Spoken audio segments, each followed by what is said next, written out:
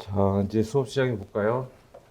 그 오늘 자료 이거 한 장짜리 나갔는데 간단하게 저기 몇 가지 말씀만 드리고 시작하죠. 그래서 뭐 시험 발표는 한지 얼마 안 됐고 이제 바로 또 공부를 시작하셔야 되는데 뭐 여러 가지 생각을 가지고 오셨겠지만 일단 뭐 제가 해드릴 거는 최대한 최선을 다해서 해드릴 테니까 그래봤자 제가 할 수 있는 분량은 뭐 100% 기준하면 49%밖에 안 되죠. 그러니까 여러분들이 나머지 51%를 채우셔야 되는데 뭐 저도 수험생이었고 제가 뭐 일회 변시부터 뭐 옛날 뭐 다른 시험도 그렇고 쭉 강의를 해보면 결국은 뭐 여러분들이 열심히 하시는 수밖에 없잖아요. 그러니까 시험이라는 게 뭐 주어진 시간 안에서 여러분들이 뭐 저도 그렇지만 활용을 하셔야 되는데 일단 일순환은 이렇게 진행을 할 거예요. 그래서 오전에 그 이제 암기장하고 그 다음에 뭐 저 최근 3개년 법전형 문제 위주로 하고 그렇게 진행할 거고 근데 뭐 매년 제가 강의를 진행해 왔지만 이제 총 12회밖에 안 되는데 굉장히 짧을 수는 있지만 또 반대로 뭐 그렇게 그 안에 해야죠. 우리가 그 저기 12월까지 한 8개월 정도밖에 안 남았는데 그 시간 안에 뭐 이제 선택 사례 기록을 다 하려면 짧은 기간에 여러 번 돌리는 수밖에 없어요. 그러니까 뭐 저도 법 전공하고 뭐 십몇 년 강의를 해봤지만 결국 이제 시험 이 법학과 관련된 시험은 반복이거든요. 그래서 반복을 많이 하셔야 돼요. 그래서 저기 뭐 아시겠지만 뭐 작년 같은 경우에서 뭐 굉장히 성적을 많이 올리신 분들도 많은데 저희 뭐 제 수강생 중에 그분들의 공통점은 이제 반복을 많이 했다는 거죠. 제가 항상 이제 뭐 최근 판례 강의할 때도 말씀드리지만 한 10회도 해야 된다. 그래야지만 머리에 남아요. 그리고 그러니까 객관식은 사실 뭐 객관식 시험 대비로 본다면 한 3, 4회동만 하면 되죠. 그러니까 만약에 뭐 민법, 미수, 상법을 객관식만 본다 그러면 3, 4회만 해동만 해도 충분한데 어차피 객관식 고르는 거니까. 근데 주관식은 그래서는 안 돼요. 그러니까 뭐 예를 들어서 내가 정확하게 50% 알고 있다. 그럼 객관식은 한 70점, 80점 맞을 수 있잖아요. 선택을 하기 때문에. 근데 주관식은 50% 알면 50점을 못 맞는단 말이죠. 현출해야 되니까. 그러니까 그런 내용들을 이제 제가 수업 시간에 계속 강조를 해드릴 테니까 목차 같은 거. 그러니까 수업을 열심히 들으시면 어느 정도 체계가 좀 잡힐 거예요. 그래서 이제 단순히 민사법이 암기 과목이 아니라 이해를 하셔야 되고 해서 그래야지만 성적이 올라가지. 그게 단순히 암기해가지고 뭐 예를 들어서 뭐 객관식 문제집을 수십 회도 했다고 성적이 올라가고 이건 아니거든요. 그러니까 수업을 열심히 들으시면 이제 단순히 암기했던 지식들이 좀 선명하게 되는 그런 부분들이 좀 있을 거고 그래서 뭐 그런 분들도 공통적으로 수업 듣고 도움이 많이 됐다 이런 말씀 하시는데 그건 뭐 여러분들이 뭐 그동안에 이제 학교 그러니까 로스쿨 입학하셔가지고 3년 이상 지나시면서 뭐 여러 가지 공부를 많이 하셨겠지만 수업을 잘 들으시면은 많이 도움이 되실 거니까 이제 절대로 뭐 저기 수업을 빠지시면 안 되겠죠. 그래서 이제 수업 빠지지 마시고 그러니까 지금 오늘 첫날 개강인데 뭐 다른 학원 다 오늘 개강하겠지만 그러니까 내년 시험 보시는 분들은 대부분 오늘 이제 공부 시작할 거 아니에요. 이제 재학생을 제외하고는. 그래서 이제 보통 12월까지 학원 진도가 진행이 될 텐데 12월 이때쯤에도 이 학원에 나와서 앉아 계셔야 돼요. 그러니까 대부분 보면 중간에 뭐 이렇게 학원 안 나오시거나 뭐 그런 분들이 있는데 뭐 여러 사정들이 있겠죠. 근데 반드시 12월까지 끝까지 버티는 거고, 그러니까 이 시험은 그렇잖아요. 뭐 우리가 저기 뭐 어찌 됐건 이제 그 한 1,700명 가까이 뽑는 시험이기 때문에 뭐 특별한 예를 들어서 뭐 3,000명 시험 봐가지고 100명을 뽑는 시험이면 뭐 여러 가지 수단과 방법이 필요할 텐데 그냥 어찌 됐건 1,700명을 뽑잖아요. 1,170명 뽑는 게 아니라 1,700명을 뽑기 때문에 그냥 무난하게 그냥 별거 없이 그냥 계속 꾸준히 하시면 돼요. 그 시스템을 갖춰가지고 하시면 되는 거고, 제가 또 지켜보면 그냥 뭐 있는 듯 없는 듯 하고 다니시고 이런 분들이 그냥 잘 되고 하는 거예요. 그래서 그런 분들이고, 그냥 조용히 혼자서 공부 열심히 하고, 그 다음에 말씀드린 대로 뭐, 제가 중요하다고 하는 것들 공부하시고, 그 다음에 그러니까 회독수 올리고, 그렇게 하면 충분히 붙을 수 있는 거기 때문에 그냥 단순하게 생각하시면 돼요. 그러니까 그 학원에서 주어진 자료를 정확하게 정리하면 반드시 합격한다. 그런 것들을 이제 생각을 하시고 하면 돼요. 그러니까 저도 수험생 때 저도 2차 시험 5번 보고 해서 이제 뭐 30살에 1차 붙어가지고 35살에 2차 붙었으니까 이제 굉장히 고생도 많이 하고 뭐 여러 가지 뭐 상황들도 많이 겪어봤는데 결국 이제 합격에 대한 그 믿음 자체는 꼭 있어야 돼요. 근데 그거를 그냥 단순히 공부도 안 하면서 뭐 나는 반드시 합격할 거다 이렇게 생각할 수는 없잖아요. 그러니까 이제 학원 열심히 다니고 그다음 시험 보러 가면 시험 열심히 내서 다왔지 내고 잘 쓰든 못 쓰든 그렇게 꾸준히 하셔가지고 반드시 올해 12월 달에도 이 수업 마무리 강의가 보통 이제 강의반 마무리 사순환 때 신목 끝나고 뭐 저기 마무리 강의가 진행될 텐데 그때도 반드시 오셔가지고 수업을 들으실 수 있으면 그럼 반드시 붙어요. 그렇게 생각하시면 되기 때문에 중간 중간에 뭐 슬럼프도 오고 하겠지만 결국 그건 이제 합격에 대한 불안감 때문이잖아요. 그러니까 합격에 대한 불안감 때문에 이제 시험이 공부하는 게 힘든 거지. 100% 합격할 수 있다는 확신이 있다면 뭐 반드시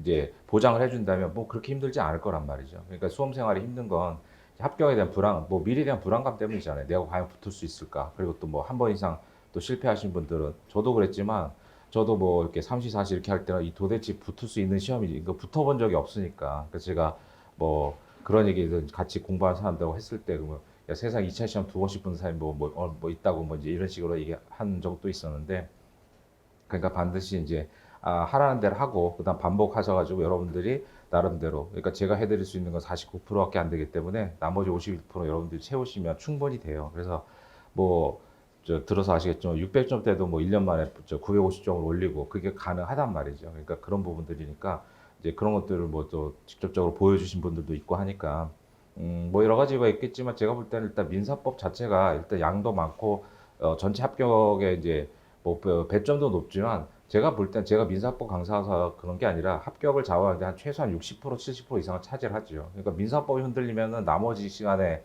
형사공법을 투자를 못 하잖아요. 그러니까 막판에 뭐 저기 그 둘 중에 하나로 가죠. 그러니까 민사법을 올인하든가 아니면 민사법을 버리고 뭐 형사공법으로 가든가 두 개 다 바람직하지는 않아요. 그러니까 우리가 시험은 어찌됐건 이제 커트라인이 드디어 이제 900점을 넘어갔지만 결국은 1700명이라는 숫자를 뽑는 시험에서는 특별하게 어떤 과목을 잘해서 되는 게 아니거든요. 그러니까 못하는 과목이 없어야 돼요. 그냥 골고루 그냥 그럭저럭 뭐 특별하게 잘하는 것도 없고 못하는 거 없고 골고루 하고 시간 안 빼도 n분의 1로 모든 과목에 다 투자를 하셔야 돼요. 그러니까 올해 뭐 공법 잘 나왔다고 내년에 잘 나온다 보장이 없잖아요. 그러니까 똑같이 n분의 1로 투자를 하셔야 되기 때문에 그걸 제가 줄여드리고 해드릴 테니까 이 암기장이 뭐 2단 편집부에서 이게 뭐 양이 적은 건 아닌데 이제 교재에 대해서 말씀드리면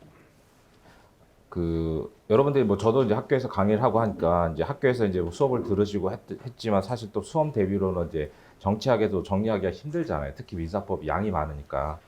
그래서 여러 가지로 이제 교재를 뭐 벌써 올해 88이니까 8년 전부터 제가 뭐 이해 변시 때부터 강의를 했으니까 여러 가지 고민을 하다가 이제 교재 구성을 한 건데 일단은 뭐 사례 기록, 선택 사례 기록을 한꺼번에 본다는 게 이 변시 제일 큰 특성이잖아요. 그래서 이제 모든 과목을 다 그렇게 보니까 근데 이제 보통 시중에 이제 교재들 보면 굉장히 압축적으로 줄여놨는데 그게 어느 정도 기본이 된 상태에서 보면 빨리빨리 정리를 할 수 있지만 대부분 그렇지 않잖아요. 그러니까 이게 이 구조 자체가 이제 3년 안에 사실 3년 동안에 밑분만 공부해도 제대로 정리하기 어려운 시대인데, 상황인데 그 안에 뭐 전 과목을 다 해야 되고 뭐 선택 사례 기록을 다 해야 되잖아요. 그렇기 때문에 대부분 보면 어설프게 하는 거죠. 그러니까 여러분들의 잘못이 아니라 이 시스템 자체가 그렇게 돼 있단 말이에요. 그러니까 내용을 보면 그렇잖아요. 지금 다시 이제 객관식 문제 풀어봐도 뭐 아는 것 같기도 한데 뭐 특별하게 또 들여다보면 잘 모르겠고 그렇잖아요. 그래서 그런 부분들이 있기 때문에 제가 여기 이제 암기장에 정리된 내용들은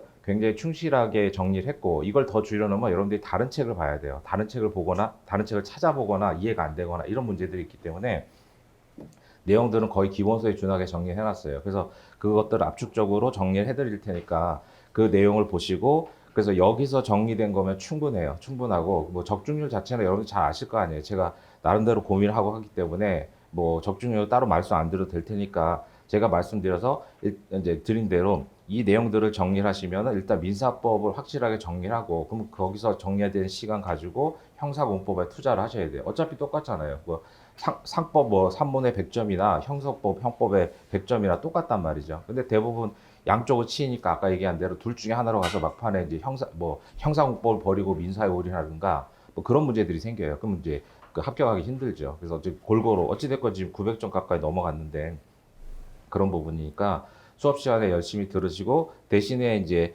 요번 순환에는 이제 사례지까지 추가가 되잖아요. 이제 법정형 문제까지 추가가 되니까 그리고 또 기출 문제들 중에서도 제가 이제 본 자료로 드릴 거예요. 선별해서. 그러니까 이제 변시 기출 문제들 같은 경우는 다시 출제되는 비율이 그렇게 높지 않잖아요. 그래서 효율성 측면에서 보면 변시 실제 기출됐던 사례들 중에 뭐 물론 사례 나왔던 판례가 뭐 선택형이 나오거나 기록형이 나올 수 있겠지만 그런 것들 제가 다 고려해서 하는 거고 그래서 이제 사례형 이제 실제 변시 기출들 중에서 하고 그다음 법정형 문제 이제 책으로 정리된 건 지금 3개년인데 3개년이면 총 9회분이잖아요. 그 이전 것들 중에서 정리하고 꼭 봐야 되는 것들은 제가 뭐 진도별 모의고사나 이런 부분에 활용을 해요. 그러니까 어떤 식이든 정리를 해드릴 테니까 대부분 이제 뭐 이제 저 1년 코스를 따라오실 분들이니까.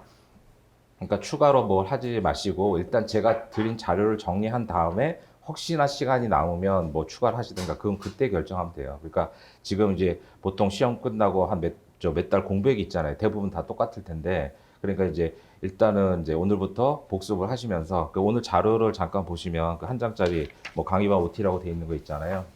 그러니까 매년 이제 그 강의를 들으신 분들하고 상담을 하고 이제 이렇게 보면 일단 수업을 빠지시면 안 돼요, 절대로. 그래서 저 뭐 지각하셔도 안 되고 중간에 제가 딱 쉴 때 이제 몇 시부터 시작하겠다 정확하게 말씀드릴 테니까 그 시간에 뭐 잠깐 밖에 나가시든가 뭐 그러신 분들은 시간에 맞춰서 꼭 들어오시고 그래서 수업을 절대로 빠지시면 안 되고 아까 얘기한 대로 12월까지 그 반드시 수업을 계속 나오셔야 돼요. 그래서 뭐 그 다른 얘기를 하지 마시고 그 다음에 이제 몸이 아프거나 이런 거 개별적 개인적 사정들은 본인들이 컨트롤 좀 해야죠. 그래서 이제 뭐 장기간 공부를 하다 보면 저도 뭐 여러 가지 사정 때문에 그랬지만 뭐 저기 운동을 하시든가 그건 뭐 여러분들이 알아서 좀 하시고 그래서 반드시 해독수를 올려야 돼요. 그러니까 법과목의 핵심은 반복이라고 그랬죠. 그러니까 수업을 들으시고 그다음 복습할 때 하면 한 2회독 정도가 되잖아요. 요번 순환에. 그리고 이제 우리가 뭐 요번 순환에 다 완벽하게 정리할 게 아니잖아요. 마음 같아서는 의욕적으로 보면 지금 뭘 잘 정리해가지고 6월 모의고사를 봐가지고 내가 6월 모의고사에 굉장히 좋은 성적 한번 내고 좀 자신감을 갖고 공부를 해보겠다 이런 생각이 드시겠지만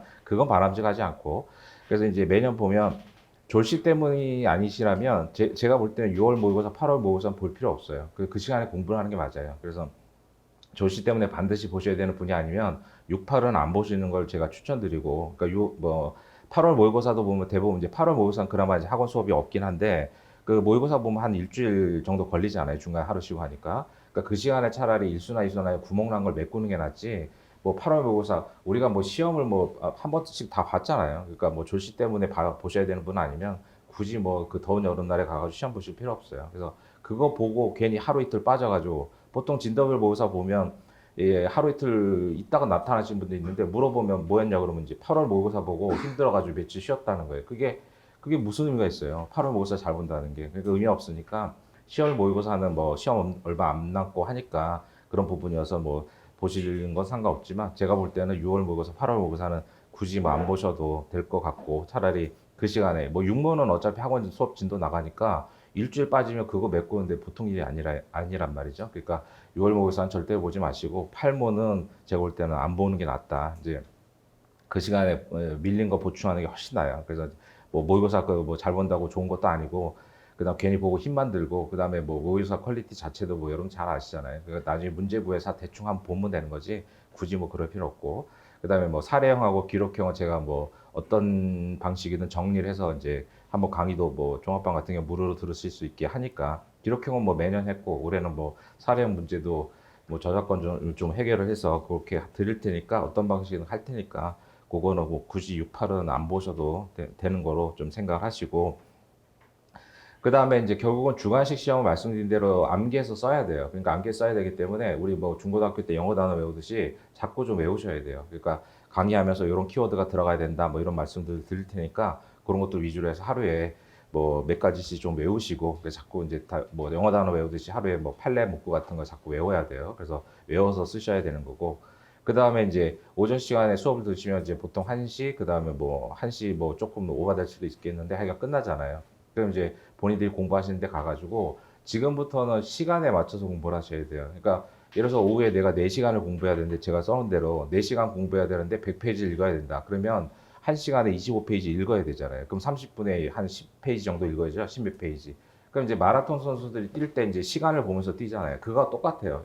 우리가 처음 공부할 때는 딱 보고 뭐 표현 대리가 뭔지 막 고민하다가 막 하루 종일 잡아먹고 이 책 찾아보고 저 책 찾아보고 뭐 이렇게 하지만 지금은 그런 시간이 없어요. 그러니까 그렇게 해서는 안 되고. 그러니까 시간에 맞춰가지고 기계적으로 넘겨야 돼요. 그러니까 예를 들어서 오늘 내가 급한 일이 뭐 있어가지고 2시간밖에 공부를 못 한다. 근데 100페이지 읽어야 된다. 그럼 어떻게 돼요? 1시간에 50페이지 읽어야 돼요. 그래서 딱 읽어놓고 그 다음에 그럼 당연히 이해가 안 되겠죠. 그래서 1시간에 뭐 50페이지 읽으면 이해가 안 될 수도 있는데 그래도 읽어야 돼요. 읽고 이해가 안 되는 부분은 암기를 하셔야 돼요. 암기를. 그래서 암기를 해놓고 해독수로 올리면서 다음 순환에 이해를 하고 이해가 안 되는 거 와서 질문하고 이런 식으로 가야지 쭉 읽다가 이해가 안 된다고 넘어가면 다음 순환에 또 제로 베이스에 시작한단 말이죠. 그러다 보면 구멍이 꽁꽁 나 있잖아요. 그럼 시험장 가면 거기서 다 터진단 말이에요. 시험에서. 그러니까 이해가 안 되면 일단 암기 위주로 해가지고 하더라도 그러니까 이제 민소 같은 데 보면 그런 거 많잖아요. 뭐 주의적 예비적 병합에서 뭐 주의적 기각 예비적 인용인데 피고만이 항소했을 때 어쩌고 이런 거 나오잖아요. 그럼 객관식 지문처럼 그게 잘 이해가 안 됐다. 그럼 객관식 지문처럼 줄처리로 정리를 해서 외워놔야 돼요. 외워놓고 다음 순환에 돌리면서 계속 이제 이해할 수 있을 때까지 하다가 그 모든 쟁점들을 다 이해할 수는 없을 거 아니에요. 그러면 외운 대로 이제 이해된 건 이해된 대로 가고 그 다음에 이해 안 된 건 암기해서로 들어가서 시험 나오면 이제 쓰고 이렇게 가야 돼요. 그렇게 가야 그 정도 공부하면 아무리 뭐 그 사람마다 능력이 다르겠지만 그래도 이제 그저 변시 기준하면 950점까지는 무조건 나와요. 근데 그거를 굉장히 간단한 것 같아도 대부분 못 한단 말이죠. 대부분. 그러니까 이제 그 자기 합리화를 하잖아요. 저도 그랬지만 수험생 때 뭐 이해가 안 되면 암기가 안 된다. 그건 사실 핑계예요, 그거는. 그러니까 저도 그랬지만 그러니까 자꾸 암기를 먼저 하시고 그래서 암기한 다음에 이해 안 되는 거 오셔가지고 질문하시고 이제 그렇게 좀 활용하셔야 돼요. 그래서 오후에서 저녁 먹을 때까지 사람마다 좀 다를 거 아니에요. 뭐 여기서 공부하시는 분도 계시고 집에 가서 하시는 분도 있을 텐데 하여간 저녁 먹기 전까지 그 오전 공부한 걸 다 봐야 돼요. 중간에 끊어서 보고 그게 아니라 저녁 먹기 전까지 다 보고 그다음 뭐 저녁 시간에 예를 들어서 내가 오늘 뭐 무슨 일이 있어서 뭐 일 공부를 못 한다. 그러면 이제 어쩔 수 없는 건데 하여간 시간에 맞춰 가지고 그 n분의 1로 나눠 가지고 꼭 그렇게 가셔야 돼요. 그래서 정리하고 그러면 이제 제대로 못 본 부분도 있겠죠. 그냥 그런 것들을 표시해 놨다가 다음 순환에 거기 좀 집중적으로 보고 뭐 이렇게 활용을 하셔야 돼요. 그다음 이제 저녁 드시고 저녁 시간에는 제가 암기장 강의를 이제 같이 나가겠지만 꼼꼼하게 다는 못해요. 그래서 매년 이제 3월, 4월 달에 암기장 강의만 별도로 하잖아요. 그러니까 별도로 할 때 굉장히 꼼꼼하게 했기 때문에 그걸 전부 다 열어드릴 거예요. 그러니까 뭐 단과 수강생이다 하여간 시간 들으신 분들 다 열어드릴 테니까 그 저녁 때 이제 오늘 진도에서 제가 설명 안 하는 분이 있어요. 안 하는 부분들이 있는데 그 부분은 이제 발췌해가지고 들으시라는 거예요. 동영상으로. 그래서 요 동영상은 이제 각 순환별로 그러니까 계속 뭐 실강 들, 뭐 대부분 종합반이시니까 이제 다 열어드릴 테니까 일단 다 들으시고 그다음 뭐 멀리 출퇴근한 분들도 있잖아요. 그래서 뭐 버스 타고 나는 1시간 간다. 그러면 그 버스 안에서 책 보고 이럴 순 없잖아요. 눈 아프니까. 그러니까 뭐 요즘 핸드폰으로도 동영상 들을 수 있으니까 자꾸 이제 들으시라는 거야. 반복해서. 그래서 그런 분들 뭐 이렇게 성적 많이 오시는 분들도 거의 뭐 1년에 그 암기장 같은 경우 뭐 4번, 5번 이상 들었거든요. 그리고 막판에도 12월 때도 불안하니까 열어달라고 해서 제가 열어드려서 했으니까 암기장 하여간 뭐 무한대로 열어드릴 테니까 계속 반복해서 보시고 그래서 이제 밑보 암기장 같은 경우 올해 12회 강의를 했는데 12회 정도면 뭐 중요한 쟁점들을 거의 다 했어요. 그래서 여기 있는 거 꼼꼼하게 다 했기 때문에 복습용으로 이제 활용을 하시고 그래서 다 들으면 좋겠지만 그 뭐 시간상 일단 일순환 때는 이제 일단 그 빠진 부분 제가 설명 안 드리는 부분을 암기장 그 저기 3, 4월 강의에서 다 했으니까 그때는 하나도 안 빼놓고 다 했어요. 그래서 그거 활용을 하셔가지고 좀 복습할 때 또 들으시고 그 부분도 마찬가지에 듣고 그다음에 이제 선택형 질문을 많이 하시는데 이제 시간이 이제 뭐 전체 순환 시간이 짧으니까 뭐 선택형에 특화된 강의를 할 수 없는데 선택형도 마찬가지예요. 공부하실 때 자, 선택형 공부한다고 책을 딱 펴놓고 선택형 책에서 1번부터 푸는 게 아니라 기본 내용을 먼저 읽어야 돼요. 그러니까 기본 내용이라는 게 이제 여러분들은 뭐 제 수업을 들으니까 암기장을 기본으로 해서 이제 쭉 이제 예를 들어서 뭐 법인까지 봤잖아요. 그럼 법인까지 이 책을 읽은 다음에 그 다음에 선택형 책을 보는 거예요. 다른 과목도 마찬가지예요. 선택형 공부한다고 그냥 책만 선택형 책 차가지고 1번부터 푸는 게 아니라 그러면 중복되는 내용이 있단 말이죠. 그러면 여러분들이 책만 돌아가면서 아는 것만 확인하고 그러니까 기본 뭐 암기장 볼 때 아는 거, 그다음 선택형 볼 때 아는 거, 사례집 볼 때 아는 거, 그러니까 아는 것만 확인하지 실력이 안 늘어요. 그러니까 이 암기장을 보시고 저녁 때 선택형을 어그뭐 대부분 있으실 거 아니에요. 그러니까 뭐 저 선택형 기출문제집이든 제가 그거 써놓은 대로 뭐 기출문제집 형식이든 OX지든 정지문이든 뭐 상관없어요. 어떤 거든 여러분들이 가지고 계신 걸 지금 순환에는 푸는 게 아니라 확인하면서 일단 뭐예요? 정확하게 아는 걸 지우는 거예요. 그러니까 선택형은 자꾸 지워나가는 식으로 공부를 하셔야 돼요. 그러니까 지금 이제 뭐 올해 12회까지 이제 12년도 기출문제가 있잖아요. 그러면 일단 지금은 기출문제만 보시면 돼요. 그래서 기출문제 중에서 푸는 게 아니라 정확하게 아는 거. 그러니까 지금 뭐 그냥 지금 풀어도 맞출 수 있는 거 있잖아요. 그래서 어떤 식으로 나와도 이제 절대로 틀리지 않는 지문들이 있잖아요. 어차피 시험이라는 게 그 법무부 출제 방식이 다 20%, 50%, 30%란 말이죠. 최하 20%, 그다음 중난이도 50%, 최상 30% 이렇게 구성이 돼 있어요. 그러니까 하위 뭐 중하에 있는 지문들은 그냥 지금 풀어도 아는 거 있잖아요. 그런 걸 지우라는 거예요, 확실히. 그래서 지워 나가고 그다음에 잘 애매한 것들, 그다음 평상시 잘 몰랐던 거, 그 중에 이제 수업을 들으면서 해결이 되는 것도 있을 거고, 아니면 뭐 사례 문제 같은 거, 객관식도 사례 문제 복잡한 거 있잖아요. 뭐 한 문제씩 푸는데 막 30일씩 걸리고 이러면 지금 안 돼요. 그래서 그런 것들은 체크해 놓고, 그다음에 정 궁금한 거 있으면 오셔서 질문하시고, 그래서 고민해서 5분 이상 걸리는 거는 체크하고 넘어가고 질문하셔야 돼요. 그걸 앉아가지고 고민하고 이럴 때가 아니에요.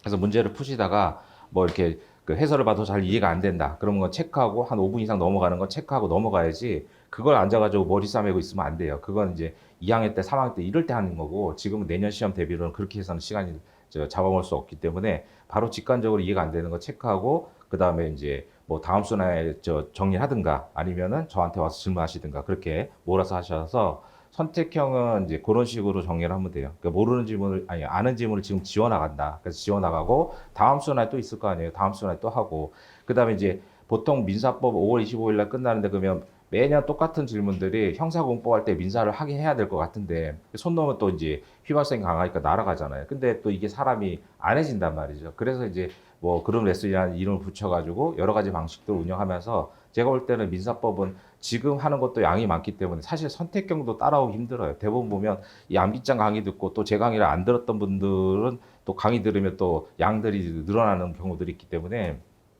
그래서 그러니까 선택형 자체를 여기다 지금 순환에 같이 집어넣으면 과부하가 걸려서 제가 볼 때는 형사공법 할 때 복습용으로 이제 그래서 이제 일정을 그렇게 잡았는데 정확한 일정은 뭐 5월 초쯤에 나올 텐데 약간 정지문 가지고 그 선택형 복습을 할 거예요. 그때 이제 뭐 그 일주일에 한 두 번 정도 뭐 저녁 시간에 이렇게 시간 조절을 해서 할 건데 그럴 때 이제 또 한 번 하면서 뭐 지우시면 돼요. 그러니까 제 정지문 책은 실제 변시 기출만 모아놓은 거니까 그렇게 좀 활용하시면 되니까 일단 지금은 문제를 푼다기보다 빨리빨리 아는 지문을 확실하게 지워가지고 이거 다시는 안 봐도 되는 지문들을 지우시면 돼요. 그렇게 일선한 때는 하시면 되겠고 그 다음에 이제 선택형 나와서 말인데 그 법전형 문제는 선택형은 절대로 보시면 안 돼요. 그래서 제가 다 정리를 해드릴 테니까 그 틀린 문제들도 많고 그다음 그 해설이 틀린 것도 있고 그다음에 애매한 부분도 많아요. 그러니까 절대로 안 나온 뭐 이론적인 것들 뭐 종류 채무가 특정되고 어쩌고 뭐 이런 지문들이 있는데 그건 절대로 안 나올 거란 말이죠 변시에. 근데 이제 변모에는 교수님들이 내신인데 그 시중에 해설 틀린 것도 많아요. 그러니까 그런 거 절대로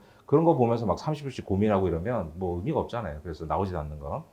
그래서 나올 만한 것들은 제가 특히 선택형은 진모 문제에서 책으로 이제 그 저희는 뭐 책으로 내니까 거기다 포함을 시켜서 하기 때문에 절대로 이제 법정형 문제 선택형을 보실 필요 없어요.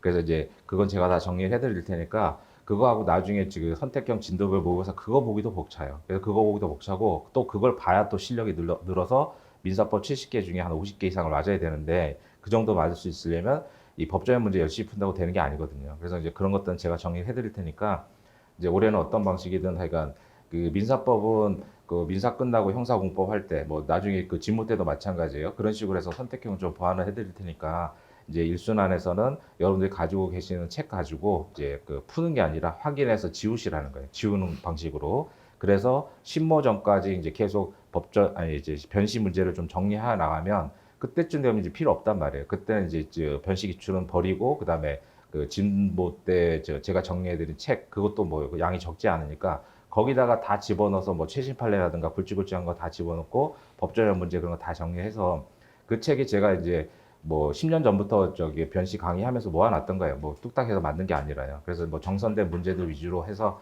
여러분들이 푸시면 실력도 올릴 수 있고 그 다음에 뭐 사례 기록에도 대비되는 뭐 집행법 문제라든가 그런 것까지 전부 다 정리된 거니까 밀도가 굉장히 높아서 그거 쉽게 보기 어려울 거예요. 뭐 궁금하시면 저 2층에 있으니까 뭐 작년 책이라도 한번 보시면 될 텐데 그런 식으로 정리하면 되니까 법전형 문제는 절대로 선택형은 추가로 오지 마시고 하여간 변시 문제만 일단 정리를 하세요. 변시 문제만 정리하시면 이제 변시 문제는 봤다는 전제하에 그 모의 시험 제그 진도별 모의고사 문제도 구성을 해놓은 거니까 그거면 뭐 충분하고 그거도 다 보지 못해요. 그래서 제가 지금 이제 12월까지 드리는 자료 자체가 합격하기 필요한 부분에 한 150%를 드려요. 150%를 드리니까 제가 드리는 자료의 한 80%만 달성해도 충분해요. 그러니까 그거 다 뭐 저기 정리 못하고 들어가도 이래서 뭐 제가 10회독 얘기했지만 나는 한 5회독밖에 못했다. 그래도 합격하는 데 충분하니까 그렇게 좀 정리를 하시면 될 거예요. 그래서 이제 그런 식으로 오후 저녁 시간을 좀 보내시면 하루가 굉장히 빠르게 지나갈 거고 매년 보면 사실 선택형 시간이 안 나온다는 분이 많아요. 그러니까 이제 특히 민법 같은 경우 한 3개월의 공백이 있으니까 다시 공부하자가 그렇게 되는 거니까 지금 말씀드린 것도 지금 이 자료에 말씀드린 게 150%예요. 그러니까 이걸 다 못하더라도 사람이 뭐 기계가 아닌데 다 하긴 힘들잖아요. 그렇다고 하더라도 이제 노력은 그렇게 해봐야죠. 그런 식으로 가시고 이제 제일 중요한 건 이제 수업을 열심히 들으시고 그다음에 이제 암기장 강의 동영상으로 뭐 요번 수업에 다 못 듣더라도 그러니까 요번 수업에 시간이 그렇게 많이 나오지는 않을 테니까 그 저녁 시간에 동영상 들으실 때 오전에 수업 안 했던 파트들만 체크를 하셔가지고 한 번씩 쭉 보시고 그다음 다음 순환에 또 이제 예를 들어서 다음 순환은 뭐 기록형하고 판례지만 그때도 뭐 필요하시면 이제 담당자한테 열어달라고 하면 열어줄 거예요. 그러니까 그때 또 한번 쭉 보고 그다음 집모할 때도 또 미리 예습해야 될 거 아니에요. 근데 그때도 다시 동영상 열어드릴 테니까 계속 듣고 그 정도 들으면 이제 화면을 안 봐도 소리만 들으면 대충 알잖아요. 그러니까 그런 식으로 활용을 하시면은 뭐 저기 왔다 갔다 할 때도 들을 수 있고 시간 좀 세이브가 되니까 그렇게 해서 여러 번 들여서 보시면 한 그리고 또 막판도 그렇고 그러면 이제 그 암기장 강의 한 5, 6회독 이상 하면은 어느 정도 체화가 돼서 이제 그 시험 문제를 보면 대충 아 이게 무슨 얘기구나라고 알 수가 있어요. 그래서 사실 우리가 뭐 예를 들어서 처분권지에 대해 써봐라 그러면 대충 쓰는데 이 문제가 처분권지인지 문제인지 모르면 못 쓰는 거 아니에요. 그래서 그런 것들이 이제 시험에서 중요한 것들이니까 그런 것들은 제가 체크를 해드릴 테니까 보시고 그다음 내일부터는 이제 복습용으로 일일 테스트라고 해서 회당 뭐 하루당 한 12문제 뭐 10문제 12문제 정도의 문제가 나갈 텐데 선택형으로 그 문제는 이제 법전형 뭐 내일 보시면 아시겠지만 법전형 문제 중에서 그동안에 이제 그러니까 이제 옛날 법무부에서 처음에 이제 로스쿨 생기면서 법무부에서도 한 2회 정도 시험을 봤거든요. 그러다가 이제 법전협에서 출제하기 시작했는데 그 중에서 이제 좀 고난이도 문제를 제가 선별을 했어요. 그래서 선별해가지고 그게 자료로 이제 내일부터 이렇게 프린트로 나갈 거예요. 그래서 이제 그것도 하루에 뭐 한 10문제, 12문제 정도 되는데 그것까지 푸실 시간은 안 되겠지만 잘 모아 놓으셨다가 나중에 뭐 뭐 여러 개 되면 풀어보시고 아니면 나중에 이제 그 뭐 다음 순환에 풀어보시든가 그런 식으로 활용하시면 돼요. 그러니까 법전 문제를 또 보지 말라고 하면 또 불안하잖아요. 또 괜히 보지 말라고 하면 또 보고 싶고 이런 또 이게 있어가지고 제가 그 계속 그동안 정리해가지고 정리된 자료들 중에서 그래도 이런 것들을 좀 풀어보면 괜찮겠다 싶은 것들 뭐 이제 고난이도 문제 좀 사실관계가 복잡하거나 그런 부분들은 회당 10문제 한 12문제 정도 될 거예요. 뭐 회당 좀 다르긴 한데 그런 걸 정리해서 자료 드릴 테니까 그것도 챙겨 두셨다가 이제 뭐 나중에 모아놨다가 이제 나중에 풀게 되면 뭐 그때 한번 풀어보시든가 그것까지 다 풀 시간 안 될 테니까요. 그래서 내일부터 아마 그 자료들이 나갈 거예요. 그래서 일일 테스트라고 해서 저는 이제 그 법정한 문제 중에 선별한 거니까 그거는 뭐 그렇게 그 정도만 보셔도 뭐 충분하고 그런 식으로 활용을 하세요. 그래서 하여간 저 오전 수업 열심히 들으시고 오후 저녁에 이제 그런 식으로 뭐 하게 되면 뭐 직접적으로 보여준 사람들 있잖아요. 그러니까 대부분 보면은 아니 그러니까 그 작년에 합격하신 분들 중에서도 뭐 저도 뭐 사실 놀랬는데 뭐 객관식 60개 맞고 와가지고 그 다음 년도 1년 만에 120개 거의 객관식을 2배로 올렸고 뭐 점수 자체도 뭐 600점에서 뭐 950점 올린 사람이 있잖아요. 근데 우리가 보통 저도 그렇지만 그런 결과만 보지 그 사람이 뒤에서 얼마나 노력했는지 생각을 잘 안 하잖아요. 그러니까 이제 그런 부분들을 생각을 해야죠. 그러니까 그분이 이제 뭐 발표하고 그 다음날 인사 와서 처음 했던 말이 자기가 선생님 말 듣고 최신 판례집 10번 읽었다고 이제 그런 얘기를 한 거란 말이죠. 그러니까 10번 읽기가 말이 10번이 쉽지가 않잖아요. 근데 제가 항상 이제 그 얘기를 하죠. 저도 수험생했지만 반복밖에 없어요, 시험은. 그러니까 반복을 해야 되고 결국은 뭐 여러 가지 공부 방법의 문제라든가 그 저도 이제 시험이 안 되면 막 여러 가지 생각들을 하잖아요. 내가 뭐 평상시 학교 다닐 때 기본기를 제대로 안 닦았는지 그럼 반대로 얘기하면 뭐 합격한 사람이라고 별난 아니고요. 똑같잖아요. 그 차이 없단 말이에요. 그러니까 결국은 절대량 자체가 부족하다고 생각하면 돼요. 그러니까 뭐 공부 방법이나 뭐 그런 거 전부 필요 없이 그냥 절대량 자체가 부족한 거예요. 그러니까 저도 지나가고 나서 보면 합격하기 위해서 필요한 절대량이 있어요. 그러니까 시험이라는 게 이 주관식 시험이 뭐 변호사 시험도 어차피 뭐 옛날 사시처럼 고시하고 똑같잖아요. 그러니까 이 법과목을 가지고 보는 시험들은 합격하기 위한 절대량 자체가 필요한데 이게 이제 밑 빠진 독에 물 붓는 거하고 똑같거든요. 그러니까 어떻게 순간적으로 부어야 돼요. 그러니까 계속 하루에 조금씩 찔끔찔끔 이제 학교 다닐 때 뭐 중고등학교처럼 성실하게 그러면 계속 줄줄줄 빠진단 말이죠. 그렇잖아요. 뭐 확실하게 알았던 것도 며칠 지나면 생각이 안 나니까 그런 부분이 있어서 순간적으로 갖다 부어야 돼요. 그러니까 그 8개월 안에 순간적으로 계속 붓다가 결국 마지막 12월 한 달에 이제 1월에 시험이니까 12월 한 달에 미친 듯이 쏟아 부어야 되는데 그러려면 이제 그걸 미리미리 준비를 해야죠. 책 정리도 하고. 근데 그게 안 되니까 막 10월, 11월 가면 뭐 얇은 거 뭐 자료 정리된 거 뭐 어느 학교 교수님 특강 자료 뭐 30페이지. 그러니까 가끔 보면 뭐 물론 본인들도 답답하겠지만 어느 학교 교수님이 뭐 상법 정리했는데 뭐 20페이지 자료가 있는데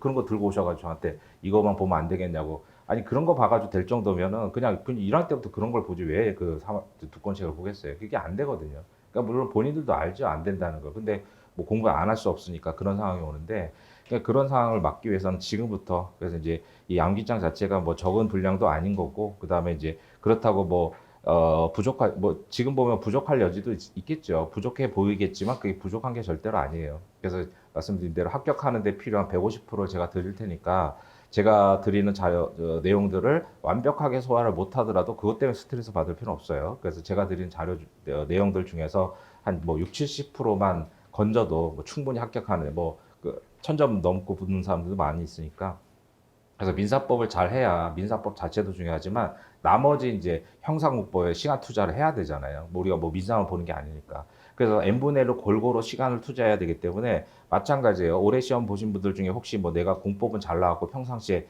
뭐 공법은 자신 있다, 뭐 형사법 자신 있다 그래도 투자는 하셔야 돼요. 잘못하면 거기서 또 빵꾸가 날 수 있으니까. 그런 부분이니까 똑같아요. 똑같이 뭐 작년 점수를 안고 가는 게 아니잖아요. 그러니까 n분의 1로 또 그 다 안배를 하셔야 되기 때문에 특히 또 이제 보통 이렇게 종합반 1년 쭉 보면 처음부터 시작해가지고 이제 뒷과목 뭐 이제 보통 헌법행정법이 거의 마지막 과목이잖아요. 그때쯤 되면 또 슬슬 안 나오기 시작한단 말이죠. 그러니까 지금 이 순간에 이 인원들이 그대로 가야 돼요. 그래야지만 그래야지만 나는 합격한다. 그 생각 하셔야 돼요. 그러니까 절대로 수업에 빠지지 마시고. 그래서 제가 이제 뭐 시스템 얘기를 많이 하는데 뭐 저도 그렇지만 목표를 세우면 목표는 달성하기 어렵잖아요. 우리가 지금까지 살아오면서 뭐 목표 달성해서 완벽하게 달성하기는 어렵잖아요. 그러니까 제 주변 사람 저도 뭐 농담 삼아서 야 내가 세운 인생 목표대로 했으면 내가 지금 벌써 대법관이 됐을 거다 막 이런 얘기도 하는데 목표는 달성하기 어렵기 때문에 그 저기 어떤 구조화를 시켜가지고 자꾸 이제 그걸 해야 돼요. 그러니까 여러분들이 가장 간단하게 할 수 있는 건 이제 학원을 열심히 다니시는 거죠. 그러니까 어떤 방식이든 예를 들어서 힘들고 하니까 자꾸 자기 합리화를 하잖아요. 저도 그랬지만 그러니까 내가 그래도 헌법을 좀 잘 아는데 뭐 이러면서 헌법 빠져버리고 뭐 행정법 할 때 빠지고 막 이런 식으로 가니까 그래서 지금 좀 쉬어야지 이순할 때 하지. 이제 이런 건데 다른 사람도 안 그렇잖아요. 다른 사람도 꾸준히 나오니까 서로 좀 이렇게 하셔가지고 그렇게 하면 충분히 뭐 고득점은 못 하더라도 이제 950점 이상 맞을 수 있는 그 상황을 만들어 드릴 테니까 꾸준히 다니시면 돼요. 그래서 뭐 특별한 방식을 요구하는 게 아니잖아요. 그러니까 이제 어떻게 보면 가장 평범하게 공부하면서 있는 듯 없는 듯 공부하시면 이제 대부분 붙는 거니까 그리고 뭐 중간중간에 첨삭반 같은 경우는 뭐 일주일에 한 2번 정도씩 맨날 얼굴 보고 하니까 이제 그런데 이제 강의반은 뭐 따로 이제 그런 시간들을 뭐 희망자들이 오시면은 이제 제가 뭐 상담해드리고 그런 것도 했었어요. 그러니까 여러분들이 저를 잘 활용하셔가지고 제가 뭐 평상시에도 그 뭐 학원에 나와 있고 하니까 그 다음에 저기 뭐요 그 다음 순환에 뭐 형사공법 할 때도 저도 학원에 계속 뭐 특별한 일 없으면 학원에 오니까 이제 그런 식으로 활용을 좀 하시고 그 뒤에 제 연락처 있잖아요. 뒷페이지에 보면 이제 뭐 전화번호나 뭐 카톡방도 있으니까 활용을 좀 그렇게 하셔가지고 하시고 그 다음에 이제 강의반도 한 2번 정도 그러니까 평균쯤 이제 일주일에 한 번 정도 시험을 볼 거예요. 그래서 시험을 보고 뭐 저기 제출하시면은 뭐 채점도 해드리고 뭐 할 테니까 그리고 뭐 첨삭도 이제 좀 몰아가지고 하고 그렇게 할 테니까 좀 되도록이면 시험 보고 그래서 학원에서 이제 시험 보면 나중에 이제 진모 때도 뭐 매일 보겠지만 뭐 시험 보고 있는 거 있으면 활용하셔서 이제 그것도 좀 시험을 좀 억지로라도 좀 보세요. 그래서 보시고 또 몰아가지고 이제 대면 첨삭 같은 것도 한번 해드릴 테니까 그 희망자에 한해서 그래서 그런 식으로 하시면은 충분히 그러니까 멀리 보지 말고요. 일단 일순환 때 이제 하루하루 그러니까 계획을 멀리 세우면 힘들잖아요. 그래서 힘들기 때문에 그러니까 멀리 갈 때는 그냥 오늘 하루 이제 이렇게 생각을 하셔야죠. 그래서 자기 전에 내일 공부할 거 이제 이런 것들 저도 그랬거든요. 하루씩 계획을 세우는 거죠. 어차피 뭐 장기간 계획 세워봤자 안 되잖아요. 그러니까 하루하루 계획 세워서 자기 전에 내일 뭐 해야 되겠다. 그렇게 좀 계획을 세워가지고 하시고 중간중간에 구멍 나는 거 있겠지만 그런 건 잘 체크해 놨다가 다음 선안에 메꾸면 되는 거지 지금 다 해가지고 뭐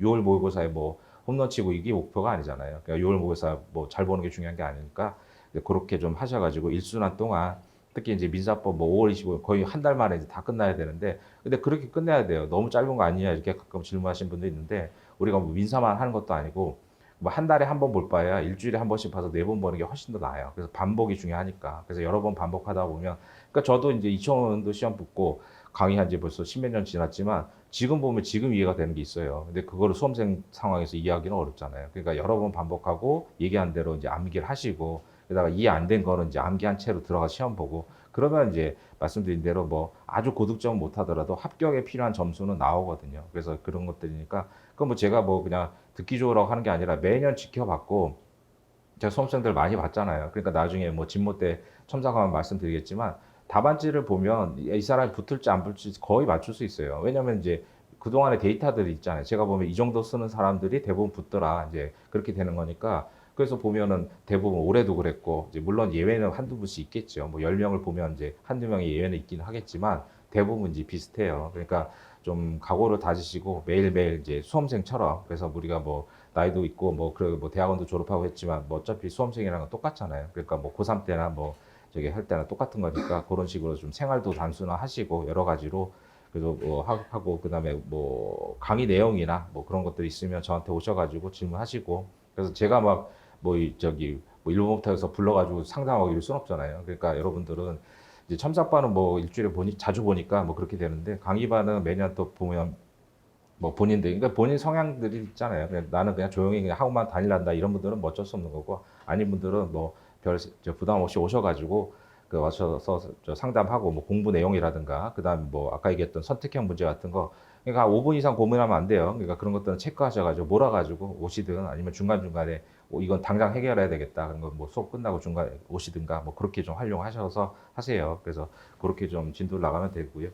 그 제가 이제 강의할 때 중간중간 이렇게 얼굴을 안 보는 이유가 자꾸 눈이 마주치면 저도 이 강의하다 이제 자꾸 까먹더라고요. 그래가지고 뭐 여러분들 보기 싫어서 안 보는 거 아니니까, 그래서 이제 그렇게 좀 활용을 하셔서 동영상도 열어드리고 하니까 여러 가지로 같이 좀 노력해가지고 이제 결과가 좋으면 서로 좋잖아요. 그러니까 요즘에도 뭐 합격하신 분들 이메일도 오고 뭐 여러 가지로 또 연락도 오고 해서 뭐 여러 가지로, 그러니까 저도 수험생이었으니까 이 발표할 때쯤 되면 저도 막 기분이 좀 그렇고 그러더라고요. 그래서 그 뭐 여러 가지 그 저도 뭐 수험생에서 사람이 그렇잖아요. 뭐 붙은 거보다 저도 뭐 붙는 거 한 번밖에 안 붙어봤으니까 떨어진 기억이 더 많아서 뭐 여러 가지로 이제 기분이 좀 좋았다 나빴다 이제 이럴 때가 이제 요맘때인데 저도. 자, 그래서 저도 뭐 여러 가지 생각을 갖고 오늘 이제 학원에 왔는데 여러분도 마찬가지겠죠. 그래서 잘 해가지고 이제 말씀드린 대로, 그러니까 여러분들 할 거는 결국 12월까지 그냥 학원에 꾸준히 나오시는 거예요. 그거 나와서 열심히 수업 듣고 뭐 하고, 그건 물론 완벽하게 다 이해하기는 어렵겠지만 그러다 보면 어느 순간에 이제 보면 나중에 시간이 지나고 나면 이제 변호사가 돼가지고 이제 지금 시간은 뭐 아예 생각도 안 나는 그럴 때가 있겠죠. 그래서 그런 부분이니까, 자, 그래서 그렇게 좀 잘 좀 뭐 1년 동안 같이, 뭐 1년도 안 되죠. 뭐 8개월밖에 안 남았으니까 그렇게 좀 진행을 해보죠. 자, 진도를 좀 나가볼까요? 교재를 보세요. 그래서 일단 그 해당 부분의 암기장을 보고, 그래서 그 암기장 보고, 그 다음에 저 뭐요, 그 3개년 법전형 문제를 볼 테니까 그 책 두 권은 둘 다 갖고 오세요. 그렇게 하시고, 근데 중간중간에 뭐 법조문 볼 일도 있을 텐데, 법전은 무거우니까 뭐 이제 뭐 핸드폰을 보시든가 아니면 뭐 이렇게 그렇게 하시고, 대신에 이제 독서실에서 공부할 때는 법전을 꼭 펴서서 보셔야 돼요. 그 시험 정년 법전을 보고, 그래서 예를 들어서 뭐 내가 대리를 공부한다. 그러면 이제 민법상의 뭐 대리 조문 쭉 읽고, 그래서 그 뭐야 공부하는 데는 법전을 갖다 놓으시고 이제 독서실 같은데 들고 다니는 건 힘드니까 뭐 핸드폰을 보시든 아니면 뭐 출력해서 보시든 그렇게 활용을 하시면 되겠고. 자, 교재. 그래서 이제 암기장 나가고 사례집 나가고 그다음에 이제 변식 기출 중에서 필요한 거 제가 자료로 좀 정리해서 드릴 테니까 꼭 그렇게 하죠. 자, 3페이지 보세요. 3페이지. 오늘 이제 의사표시까지 나가야 되는데 뭐 진도가 조금 밀릴 수 있겠지만, 자, 3페이지에 보면 행위기초론인데 우리가 서론 부분에서 제일 중요한 게 이제 행위기초론이죠. 이건 이제 로마자 1번, 2번 모두 사례로 중요한데, 물론 이제 사정 변경보다는 뒤에 있는 게 더 중요하긴 한데요. 자, 행위기초론은 그러니까 정확하게는 생략된 말이 이제 법률행위의 기초죠. 법률행위. 그래서 법률행위의 기초가 바뀌었단 말이에요. 그러니까 이제 계약을 체결하고 이제 여기서 계약을 체결하겠죠. 그래서 이제 이행 단계가 됐는데, 이행 단계에서 이 사이에 뭐예요? 사정이 변경됐단 말이에요. 사정 변경. 그럼 계약이 성립됐는데 그로 인해서 이제 뭐예요? 사정이 바뀌면 불이익을 입을 당사자가 있을 거 아니에요. 그래서 계약에. 그럼 불이익을 입을 당사자는 이제 이행을 하기 싫을 거고, 그럼 계약에 소멸을 주장할 거 아니에요? 소멸 주장.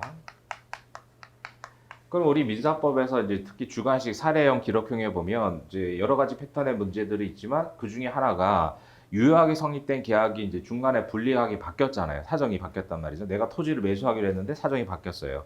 그러면 뭐예요? 그 계약의 효과를 소멸시키고 싶을 거 아니에요. 그럼 기록형 패턴도 그렇게 나온단 말이죠. 그래서 내가 쟤한테 계약금 중도금을 줬는데 뭐 이런 사정이 생겼으니까 저거 돌려받고 싶다 이렇게 하잖아요. 그러면 이제 성립된 계약의 효과를 소멸시키는 사람은 무효 취소 해제를 주장해야죠. 그래서 무효 취소 해제. 이게 이제 주관식 민사법의 문제 중에 하나의 유형을 형성하고 있는 거죠. 그러니까 성립된 계약의 효과를 소멸시키는 거고 주장하면 의뢰인이 그런 거 얘기하잖아요. 기록형에서. 그러면 무효 취소 해제 중에 뭐가 있는지를 찾아야 돼요. 그래서 이제 행위 기초론은 이제 두 가지가 있겠죠. 그래서 객관적 행위 기초론하고 그 다음에 주관적 행위 기초론. 이것도 이제 크게 보면 여기서 나오는 거란 말이죠. 여기서. 그래서 법률행위 기초가 됐던 사정이 변경됐어요, 지금. 그럼 불이익을 입을 당사자가 있겠죠. 그러면 그 사람이 계약관계로부터 벗어나고 싶을 텐데, 그럴 때 뭘 주장하느냐? 객관적 행위 기초론에서는 사정 변경의 원칙을 주장한단 말이죠. 그래서 사정 변경의 원칙. 그 다음에 주관적 행위 기초론은 뭐예요? 쌍방에 공통하는 동기착오죠. 그래서 쌍방에 공통하는 동기착오. 이거예요. 그래서 사정 변경의 원칙에 따라서 뭐예요? 사정 변경의 원칙은 효과가 계약의 해제권, 그 다음 계속적 계약 관계면 해지권이겠죠. 그래서 해제권 또 해지권. 그 다음 쌍방의 공통한 동기착오는 뭐 착오는 뭐예요? 민법 109조의 취소권이잖아요. 취소권. 그러니까 이런 것들이 이제 기록형도 별게 아니라 이제 그런 형태로 의뢰인이 와가지고 변호사한테 할 때 이런 걸 요구하잖아요. 그럼 결국은 소멸을 주장해서 뭐 돌려받고 싶다 이러면 무효 취소 해제 중에 하나 찾는 거예요. 무효 사유 해제 사유 취소 사유 중에 뭐가 있는지.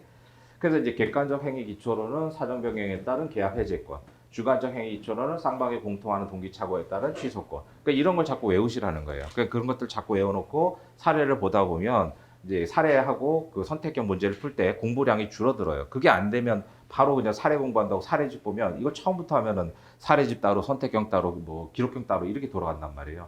그러니까 그 이론 법리를 정리하면은 이제 문제 풀이는 그냥 확인만 하고 안 봐도 되는 그런 형태가 되죠.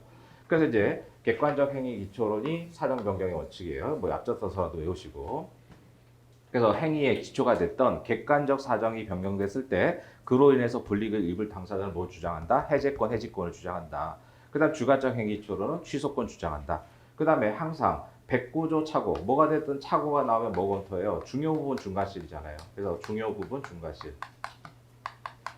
그래서 중요 부분 중과실을 검토해야죠. 그러니까 착오 나왔다. 그럼 무조건 중요 부분 중과실 이걸 자꾸 이제 기억을 해 놓으셔야지 시험장에서 안 까먹죠. 그러니까 주관식은 몰라서 못 쓰는 것도 있지만 아는데 암기를 안 해가지고 빼먹는단 말이죠. 그러니까 객관식에 뭐 중요 부분 중과실 이런 거 검토하면 맞추잖아요. 근데 주관식에 보면 그렇게 얘기를 해도 이제 시험 보면은 반 이상은 빼먹어요. 그래서 중요 부분 중과실. 그러니까 109조 나오면 무조건 중요 부분인지 중과실인지 이런 것들을 검토한다. 그런 목차를 자꾸 암기를 하셔야 사례집 쓸 때 하는 거지. 사례 공부한다고 사례집 봐가지고 뭐 갑자기 실력이 늘고 이게 아니에요. 그러니까 평상시 공부하실 때 그런 목차들을 자꾸 암기하고. 그래서 복습하실 때 그런 것도 보고 집에 갈 때 머릿속으로 뭐 지하철 타고 뭐 집에 간다. 그럼 오늘 했던 것 중에 강사가 얘기했던 거, 객관적 뭐 이런 식의 목차를 그냥 쭉 한 줄씩 이제 생각을 해보시라는 거죠. 그래서 자기 몸에 체화가 돼야 답안지에 현출이 가능해요. 그러려면은 이제 그래서 뭐 10회도 하라는 게 그런 얘기죠.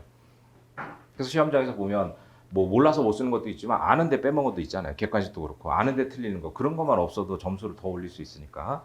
자, 그래서 객관적 행위 이초론 사정 변경인데 교재 3페이지 보세요. 자, 왼쪽 편에 보면 A번에 사정 변경에 따른 계약 해제는 성립 당시죠. 성립 당시 예견할 수 없었던 현저한 사정 변경이 발생했고 해제권자의 책임 없는 사유로 생겨가지고 현재 이제 구속력을 인정하며 신의식에 반한 결과가 생겼을 때 이게 뭐예요? 개념 정의했는데 이걸 끊으면 요건이 되잖아요. 그러니까 요건은 개념을 분설하면 요건이 되고 요건을 붙이면 그게 개념이 되잖아요. 그래서 계약 성립 당시 현저한 사정 변경 그다음에 규칙 사유 없어가지고 인정하면 신의식에 반한 경우 이제 이런 식으로 좀 기억을 하셔야죠. 그래서 사정이란 그 아래줄 계약의 기초가 됐던 객관적 사정. 그래서 기초랑 객관적에 동감 쳐두시고 이게 키워드가 돼서 그런 단어들이 들어가야 돼요. 주관식에는. 그래서 교수님들이 답안지를 대각선으로 읽어요. 대각선으로. 꼼꼼하게 이제 뭐 연애편지 읽듯이 읽지 않기 때문에 그 많은 걸 어떻게 그렇게 읽어요. 그러니까 대각선으로 쭉쭉 읽기 때문에 키워드만 들어가면 점수를 받을 수 있어요. 그러니까 그래서 자꾸 키워드를 암기하시라는 거고 우리가 이거 문장을 통으로 외울 수 없잖아요. 그러니까 뭐 답안지 쓰시다 보면 가끔 보면은 뭐 그 접속사 같은 거, 뭐 문장을 매끄럽게 쓰려고 접속사 이런 거 자꾸 쓰시려고 하는데 그런 거 다 필요 없어요. 어차피 꼼꼼하게 안 읽으시기 때문에 키워드 위주로 가고 우리가 짧은 시간에 압축적으로 써야 되니까 문장을 매끄럽게 쓴다라는 생각을 하실 필요가 없어요. 그래서 이제 대충 건너뛰면서 키워드 위주로 쓰면 되니까 계약의 기초가 됐던 객관적 사정, 그러니까 기초 객관적 이런 거 키워드로 외우시면 되는 거예요. 그래서 그 아래 밑줄 친 부분에 꺾응하로 보면 계속적 계약 관계는 해지잖아요. 그래서 계속적 계약 관계 해지도 똑같다라는 거죠. 그래서 그 판례는 앞에 부분이 똑같아서 그냥 압축적으로 써놓은 거예요. 그래서 판례들을 보면 보통 판결일지 1번에 일반론을 설치하죠. 그 일반론이 우리가 주관식 답안지에 써야 되는 거예요. 그래서 이게 지금 이게 보면 한 20줄 가까이 돼 있지만 이걸 다 외울 수는 없잖아요. 그래서 아까 얘기한 대로 그 첫 번째 밑줄친 부분을 끊어가지고 아 이게 개념이어서 요건이구나. 그 다음에 가장 키워드는 계약의 기초가 됐던 객관적 사정 변경. 왜냐하면 그 다음에 이제 판결일지 1번에서 그런 일반론을 설치하고 판결일지 2번에서 사실관계를 압축해서 이 법리를 적용하잖아요. 그러니까 그 판결일지 2번의 사실관계를 가지고 출제자들이 출제를 하신단 말이죠. 그래서 필요한 부분 한도에서는 제가 그 이유라고 해서 판결 이유 중에 여러분들이 읽어봐야 되는 부분들을 정리해 놓은 거예요. 그래서 그런 것들을 평상시에 읽어놔야 사례에 응용할 수 있단 말이죠. 그 막판 12월 달에는 그런 사실관계 읽고 있으면 안 되죠. 그럼 평상시 읽어놨다가 막판에는 앞에 그 일반 요건들만 검토하고 그냥 한 1, 2초 보고 넘어가야 돼요. 그렇게 12월 달 정리할 때는. 그래서 이게 한 300 몇 페이지 되는 교재들이 실제적으로 다른 책들도 마찬가지예요. 그래서 그걸 질적으로 여러분들 한 150페이지, 200페이지 조련해서 한 4시간 만에 통독을 할 수 있어야 돼요. 이거를. 그래서 이거 보고 그다음에 이제 뭐 선택형이야 뭐 자주 가서 빠져나가는 건 별도로 정리하지만 그러니까 과목별로 어떤 책이든 정리해 가지고 한 4시간 만에 이래도 할 수 있게 되면 100% 붙는단 말이죠. 그러니까 그런 책을 이 암기장 가지고 여러분들이 지금부터 계속 만들어 놔야 돼요. 그러니까 평상시 보실 때는 그 판결지 2번 보세요. 그러니까 요게 이제 사실관계 가지고 사례나 기록에서 나올 수 있죠. 물론 요즘에 선택형에서도 그런 사실관계를 압축해서 지문으로 집어넣으시는데 판결지 2번 보세요. 지자체로부터 매수한 토지가 공지에 편입이 되어서 매수인이 의도한 음식점의 건축이 불가능하게 됐다. 그러니까 자기가 음식점 할 목적으로 토지를 매수했는데 매수할 때는 멀쩡했단 말이죠. 근데 매수 이후에 이게 공지에 편입이 된 거예요. 그때 판례가 뭐라는 거예요? 이거는 해지할 만한 사정 변경이 아니다 하는 건데, 그러니까 이렇게 보면 오해가 돼 있는데 결국은 사정 변경은 맞아요. 근데 사정 변경 맞는데 계약의 기초가 안 됐기 때문에 안 되는 거예요. 그래서 그러니까 그 요지만 보면 이게 오해하기 딱 좋단 말이죠. 그래서 그 밑줄 밑에 보면 매매 계약을 해지할 만한 사정 변경에 해당하지 않고 의도한 주관적 목적을 달성할 수 없게 되어서 뭐 등등이라고 돼 있잖아요. 그래서 판결 이유를 보세요. 그래서 결론은 이 사안에서는 객관적 사정 변경은 맞아요. 근데 계약의 기초가 안 됐단 말이죠. 그래서 판결 이유 보세요. 공개 매각 조건에는 토지가 개발구역에 속해 있고 매각 후 행정상 제한 등이 있다라고 하더라도 피고가 책임지지 아니한다는 내용이 명시 이거잖아요. 그러니까 중간 이제 나중에 이 공지로 편입이 되더라도 우린 책임 안 진다라고 얘기를 했잖아요. 그러니까 뭐요? 음식점 짓는다는 게 계약의 기초가 아니었던 거죠. 그러니까 객관적 사정 변경 자체는 맞아요. 근데 그 판결유지 2번에는 그 네 번째 줄에 해제할 만한 사정 변경에 해당하지 않고 이래 놓으니까 아, 이 사정 변경이 아닌가 보다 이렇게 오해를 하잖아요. 그러니까 그렇게 잘못된 오해가 잡혀 있으면 객관식 문제 풀 때도 그렇고 하여간 뭐 장애가 지금 생겼잖아요. 그럼 그것 때문에 문제 풀이라든가 그거와 다른 뭐 판례들이 나오면 이게 이해가 안 되고 막 충돌되고 이렇단 말이에요. 그래서 이제 그런 부분들은 제가 이유 부분을 정리해 놓은 거예요. 그래서 그런 것들 평상시 봐놨다가 나중에 뭐 12월 달 그거 보고 있을 때는 아니죠. 근데 또 이제 그 나중에 12월 달 책을 넘길 때 그게 밑에 보이니까 그런 것들이 다시 생각나고 할 테니까 이제 그런 것들을 생각하시면 돼요. 그래서 이후 계속 보시면 명시되어 있고 매매계약에서 피고는 지방자치단체가 피고잖아요. 토지 인도에 발생한 위험 부담에 대해서 책임지지 않는다. 그게 다 뭐예요? 계약의 기초가 안 된 사정이 바뀐 거죠. 따라서 그렇다면 토지상의 건축 가능 여부는 주관적 목적에 불과할 뿐 성립에 있어서 뭐예요? 기초가 되었다고 볼 게 없다. 그러니까 정확한 표현인 거죠, 이게. 그러니까 그래서 아까 기초와 객관적 사정이라고 그랬잖아요. 그러니까 당연히 매수할 때는 이게 공지가 아니었단 말이에요. 공공용지가 아니었는데 매수한 이후에 공공공지에 편입이 됐으면 당연히 객관적 사정이 바뀌었잖아요. 근데 여기는 계약의 기초가 아니었기 때문에 결국 뭐예요? 매수인은 해제권을 행사 못한다 이런 얘기죠. 사례 문제 얘가 해제권 행사했다. 해제가 가능하냐 이렇게 묻잖아요. 그러면 이제 뭐 사정 변경 원칙 문제된다. 문제점에 그다음 판례 태도 간단히 쓰고 그다음에 검토 및 사안 해결해서 판례가 있어 타당하니까 그 계약의 기초가 되지 않았기 때문에 해제권 행사할 수 없다. 이런 식으로 쓰는 거 아니에요. 그렇게 해서 뭐 10점, 15점 이렇게 나올 수 있죠. 그렇게 준비를 해 놓으셔야 돼요. 그다음에 오른쪽 그 B번 판례도요. 밑줄 친 부분에 계약 성립의 기초가 된 사정이 현저히 변경되고 성립 당시 예견할 수 없었고 그로 인해서 현재 유지하는 것이 불균형을 초래할 때 그때는 뭐예요? 예외로서 사정 변경에 따른 해제권, 해지권 일반 논이잖아요. 그러니까 아까 보신 거하고 똑같죠. 그럼 이건 한번 읽고 이제 지워버리는 거예요. 그래서 사정이란 계약 성립의 기초가 된 사정이고 기초로 삼지 않은 사정이나 일방 당사자가 변경에 따른 불이익 위험을 떠안기로 한 사정 이건 포함되지 아니한다라는 거고. 따라서 그 아래 밑줄 친 부분에 당사자들이 예견했다면 체결 안 했거나 또는 다른 내용이라고 체결했을 것으로 기대되는 등의 특별한 사정. 그 뭐예요? 그때는 이제 중요한 사정 변경이라는 거죠. 그러니까 이런 사정이 이제 이견했다면 체결 안 했을 것이다. 근데 그렇게 바뀌었다. 그럼 중요한 사정 변경이다. 그런 것들은 이제 사실관계에서 명확하게 줄 테니까 뭐 애매하게 주진 않겠죠.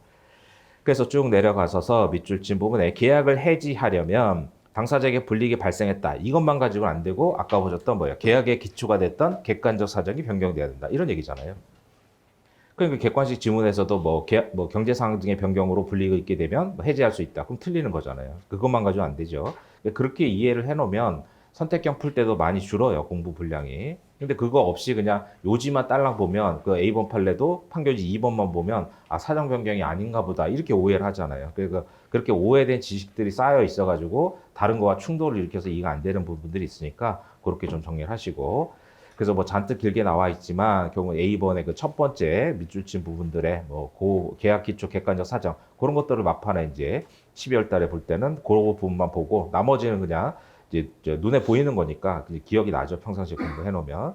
그렇게 해가지고 그때 몇 초 안에 보고 넘어가고 이렇게 가야 한 300페이지를 한 4시간 만에 읽을 수 있죠. 그렇게 정리하셔야 돼요. 그다음에 1번, 2번 같은 거는 뭐 지금 순환에 안 하니까 이런 것들은 이제 암기장 동영상 강의를 통해서 뭐 들어서 확인하시고 그다음에 이제 이제 4페이지. 자, 주관적 행위 기초로는 쌍방에 공통하는 동기차고 이건 사례로 사실 뭐 사정 변경보다 이게 더 중요한데 안 나왔잖아요. 한 번도. 그러니까 이런 거 대비하셔야 되는데 판례 두 개가 전부인데요. A번 해보세요. 양도세 사안이에요. 양도세 사안이 뭐냐? 지금 갑과 을이 매매 계약을 체결했단 말이죠. 그래서 갑과 을이 여기서 계약을 체결해서 계약이 성립됐는데 그러니까 갑이 예를 들어서 뭐 30억짜리 부동산을 판다. 그럼 이제 세금이 양도세가 보통 10% 부과되잖아요. 그러면 갑의 입장에서는 30억에 팔아서 세금 3억 내면 실질 소득이 27억밖에 안 되니까 갑이 이제 안 살려고 하는 거죠. 그러니까 을이 뭐예요? 갑을 꼬시는 거 아니에요. 그러면 내가 33억을 줄 테니까 계약서에는 30억이라고만 쓰자. 그게 뭐 가끔 뭐 인사청문회에서 공무원들 문제되는 다운 계약서 아니에요. 그러니까 자기가 33억에 팔아놓고 계약서에는 30억이라고 쓰는 거죠. 그래서 갑과 을이 이면 계약을 체결해서 그럼 세금 한 10% 나올 테니까 세금 한 3억 부과될 거 아니냐 너한테 양도세. 그러면 이제 33억을 주고 계약서에는 그냥 30억이라고 쓰자라고 한 거죠. 그래서 둘이 이제 뭐예요? 양도세가 3억이 부과될 줄 둘이 공통으로 동기착오를 한 거잖아요. 특히 착오에서는 이 동기착오가 중요하죠.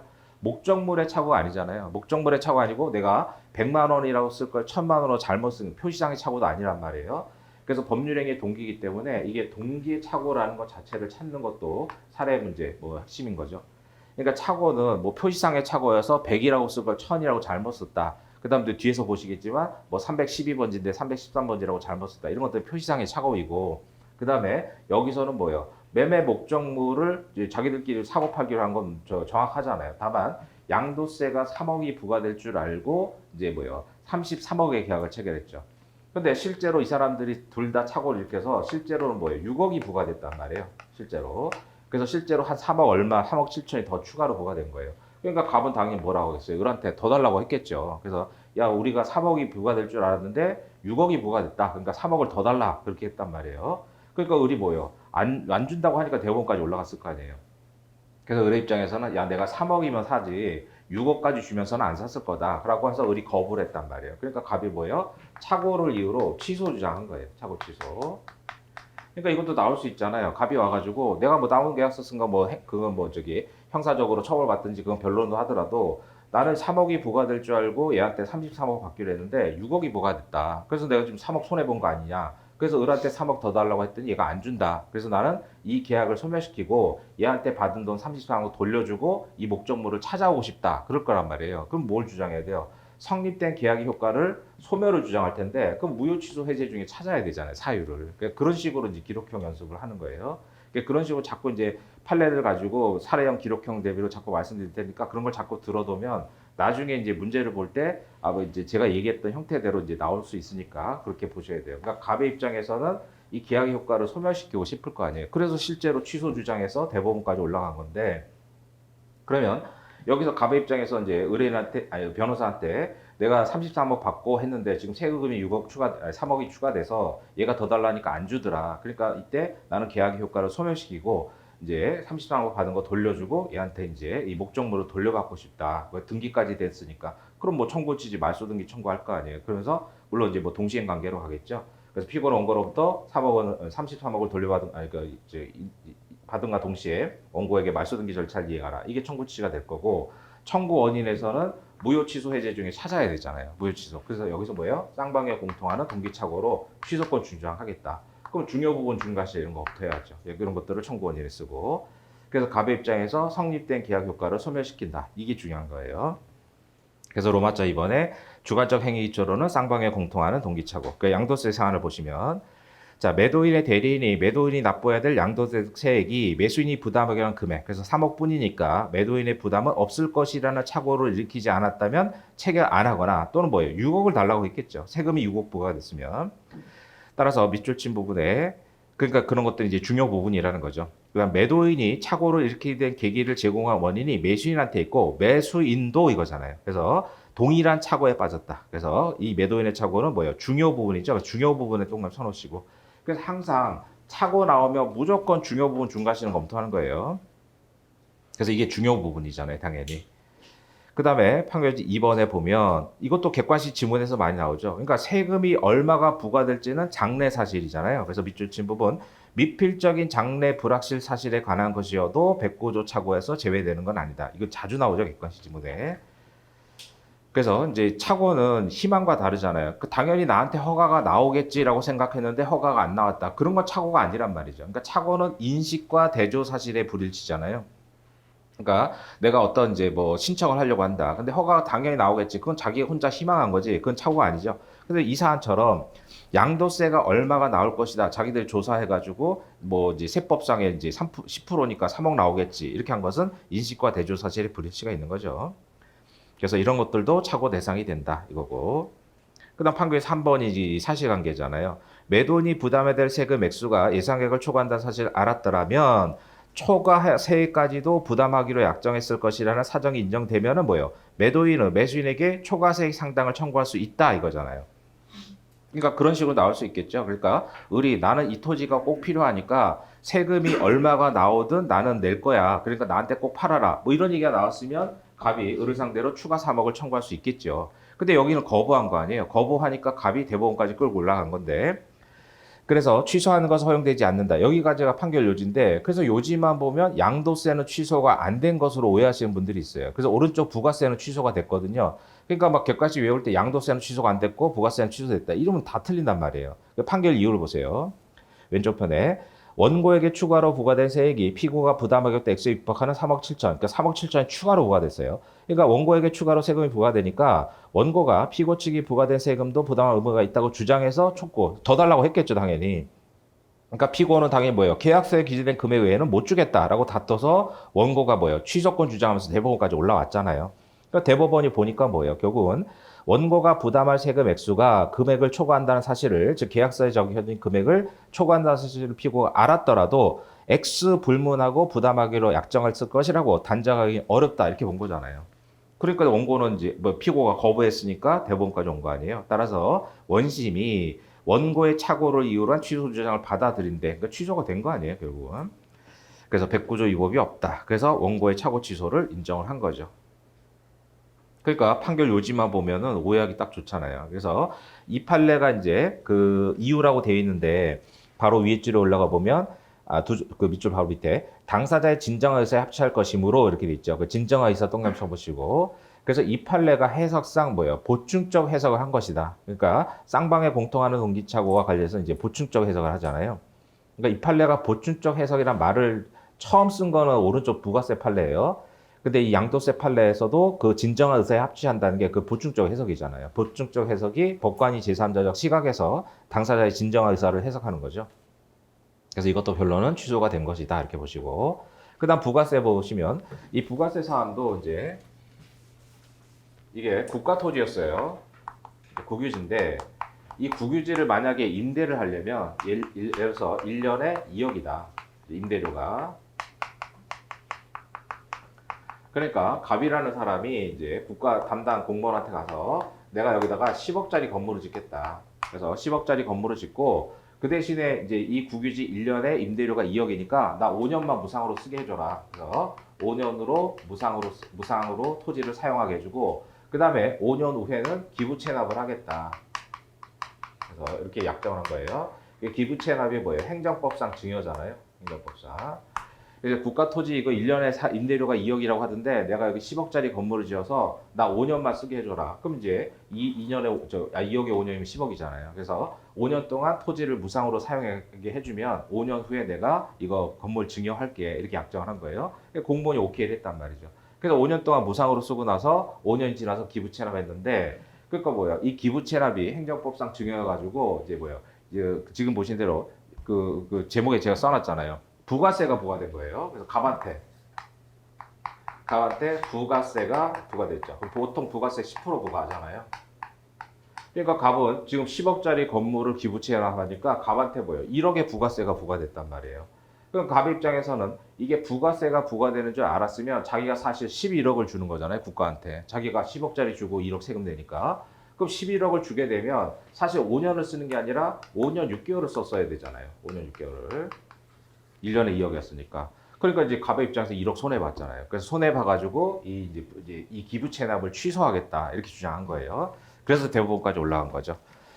그래서 B번에 보시면 이게 일반론이잖아요. 당사자 쌍방이 계약의 전제 등등에 관해서 같은 내용으로 착오를 하고 구체적 약정을 하지 않았다면 착오가 없었을 때 약정할 것으로 보이는 내용으로 의사를 보충해서 해서 그래서 의사를 보충해서 계약을 해서 그래서 이 판례에서 최초로 보충이라는 말을 썼어요.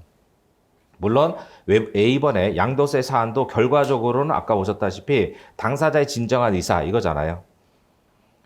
그래서 A번 판례도 사실상 보충적 해석을 한 것이지만 보충이란 말을 처음으로 명확하게 쓴 판례는 B번이에요. 그럼 계속 보시면 보충되는 당사자 의사란 실제 의사 내지 주관적 의사 X 표현하시고 헷갈리면 안 돼요. 주관적 행위 기초론이라고 해서 주관적 의사냐 아니란 말이죠. 주관적 행위 기초론이죠. 그 누가 판단해? 법관이 제3자적 시각에서 판단하지 얘네들의 주관적 의사를 탐구하는 게 아니죠.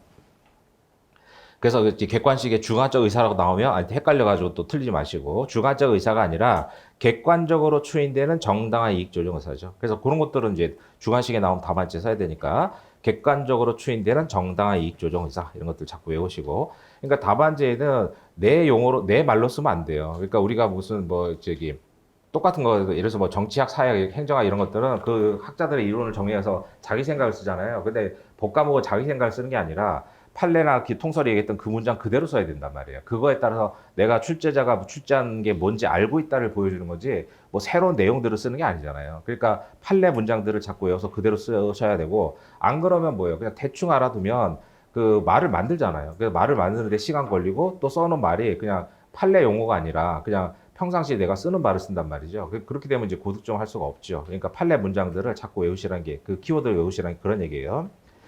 그래서 이제 객관적으로 추인되는 정당한 이익 조정 의사다. 그러니까 답안지 쓰실 때는 주관적 의사가 아니라 이런 반대되는 말을 쓸 필요 없고 그런 것들이 객관식 지문용으로 보시고 그래서 답안지에는 객관적으로 추인되는 정당한 이익 조정 의사 이런 거 생각하시고 그래서 판결지 2번이 사실관계잖아요.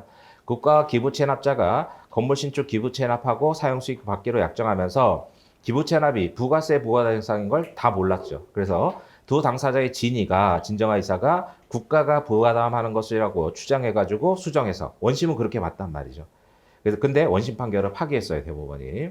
그래서 판결 이유를 보면 당사자의 진정한 의사를 추정 계약 내용 수정해서 이게 보충적 해석이잖아요. 그러니까 보충적 해석이 타당하다고 보면 판시 자체는 맞는데 원심은 보충적 해석을 잘못했다는 거죠. 그래서 판례가 논거가 뭐예요? 부가세 부담 약정이 없을 때 보통 이제 관행적으로 우리가 내잖아요. 우리가 살 때. 근데 공급 받는 자가 부가세를 부담한다는 거래 가능이 확립되어 있다고 보지 않은 거예요, 대법원은. 그리고 또 어차피 공무원은 법을 어길 수는 없잖아요. 그래서 마지막 네 줄에 국유재산법에 따르면 기부채납 재산가액이란 공급가액 자체를 말한다는 거예요. 그러니까 부가세가 포함되지 아니한 10억이고 피고가 국가 공무원이잖아요. 국가가 법을 어길 수는 없잖아요. 그러니까 설사 국가가 알았더라도 이제 안 됐을 것이다 이런 얘기죠. 그래서 결국은 수정 해석할 수 없다 이렇게 된 거잖아요. 그 수정 해석할 수 없으면 이 사람 기부채납 취소하겠죠. 그러니까 취소하고 자기가 근데 사실 또 취소하면 자기가 손해 보겠죠. 철거해야 되고 그런 10억 내야 되니까. 그래서 하여간 수정 해석할 수 없어서 할 수 없다라고 봤다는 거 알아두시고. 그래서 이게 전부 다 판례인데 결국은 사정 변경에 따른 계약 해제권, 그다음에 쌍방 공통한 동기 착오의 문제 그런 일반론들을 좀 알아두시고 특히 이제 그 4페이지에 있는 쌍방 공통한 동기 착오는 사례형으로도 중요한데 한 번도 안 나왔으니까 대비를 하셔야 돼요. 그런 부분들은 이제 문제로 나중에 뭐 진도별 모의고사 하나 뭐때일때 이제 또 문제 형태로 접근하는 방법은 그때 좀 추가적으로 다음 순환 등에서 정리하시게 될 테니까 그렇게 좀 내용을 보시고 그다음 뭐 다음에 뭐 4번, 5번, 6번 이런 것들은 이제 여러분들 복습할 때 보고 잠시 쉬었다가 이제 자연인으로 그 9페이지에 들어갈 거예요. 지금 35분이니까 정확하게 50분부터 시작하겠습니다.